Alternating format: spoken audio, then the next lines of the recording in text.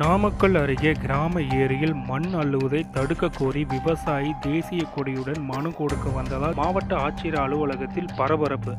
நாமக்கல் மாவட்டம் ரங்கப்பன் நாயக்கன் பாளையம் கிராமத்தில் 80 ஏக்கரில் அமைந்துள்ளது விவசாய ஏரி. இந்த ஏரியில் வண்டல் மண் அடிப்பகுதியில் செம்மண் நிறைந்து காணப்படுகிறது. நேற்று சில சமூக விரோதிகள் இரவு டிப்பர் லாரி பொக்லைனுடன் வந்து மண் அள்ளுவதாக கூறி ஏரிக்குள் சென்றனர். இதை அறிந்த விவசாயிகள் பலர் அவர்களை தடுத்து நிறுத்தும் போது அவர்கள் தப்பி ஓடிவிட்டனர். இது தொடர்பாக இன்று அந்த பகுதியை சேர்ந்த முருகேசன் என்பவர் தேசிய கொடியுடன் அவருடைய நண்பர்கள் சுப்பிரமணி, முருகேசன் ஆகியோருடன் தேசிய கொடியை ஏந்தி மனு கொடுக்க வந்தார்கள். முன்னதாக இன்று மக்கள் குறை தீர்க்கும் நாள் கூட்டம் என்பதால் ஆட்சியர் அலுவலக நுழைவாயிலில் பாதுகாப்பாக நிறுத்தப்பட்டிருந்த போலீசார் அவரை தடுத்து நிறுத்தி விவரம் கேட்டறிந்தனர். அதற்கு ரங்கப்பநாயக்கன் பாளையம் ஏரியில் மணல் திருட்டு நடைபெற உள்ளது.